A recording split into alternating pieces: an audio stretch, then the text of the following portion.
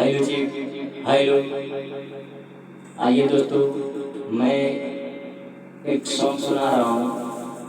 अगर आप लोग को अच्छा लगे तो लाइक और कमेंट जरूर कीजिएगा। और मैं अपने स्टूडियो में पहली बार गा रहा हूँ और आप सबके बीच ये सॉन्ग जाएगा, तो मैं गा के सुना रहा हूँ। तेरी मोहब्बत ने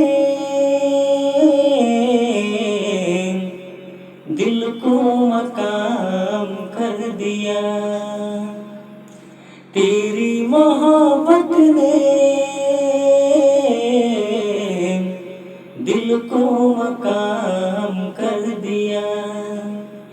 मैंने भी अपना दिल ये जा तेरी नाम कर दिया, तेरी मोहब्बत ने दिल को मकाम कर दिया। इस पर मेरा सॉन्ग आया था कि तू हर जुदाई जान जिंदगी के बोझ बन गई, तू हर जुदाई जान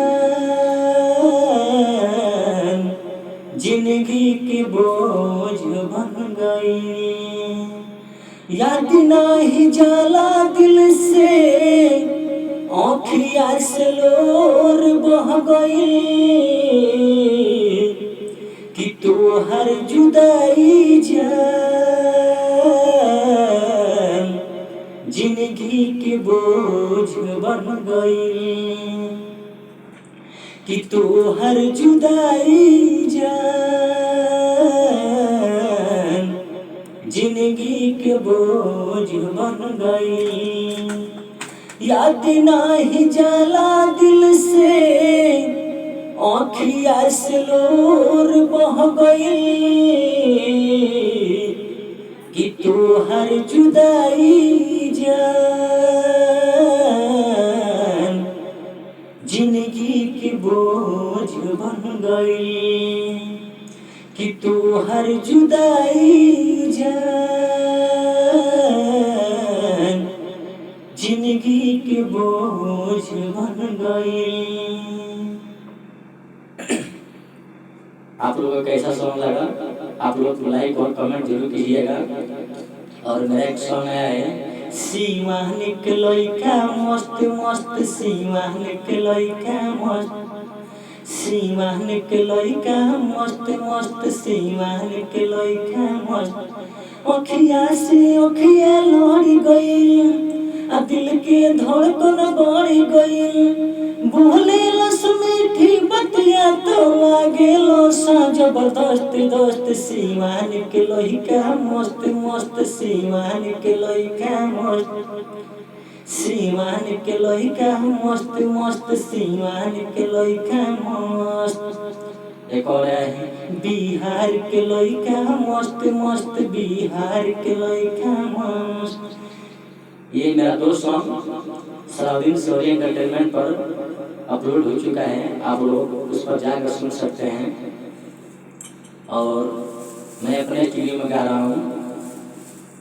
और ये जो ऊपर माइक है वो मैं आप लोगों को नहीं दिखा सकता हूँ, वीडियो इधर उधर हो जाएगा। 82 का मेरा माइक है और LG का ये मेरा डेस्कटॉप है और जेब्रॉन का ये CPU और साउंड कार्ड है, फोकस राइट।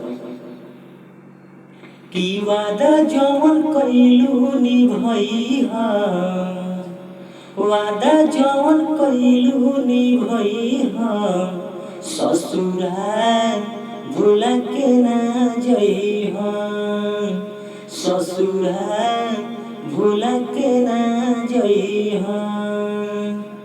वादा जवन कइलू निभइहा, वादा जवन कइलू निभइहा, ससुरा भूल के ना जइहा, ससुरा भूल के ना जइहा। तुहरा सिवाना रहे केहू दिल में, तू ही बसल बारू मनवा नदीर में। सिवाना रहे केहू दिल में, तू ही बसल बारू मन मंदिर में। अरे बात हुई तो नो बताई हाँ, अरे बात हुई तो नो बताई हाँ, ससुरा भूला के ना जई हाँ, ससुरा भूला के ना जई हाँ। वादा जवन कइलू निभई हाँ, वादा जवन कइलू निभई हाँ, ससुरा भूला के ना जई हाँ, ससुरा भूला के ना जई हाँ।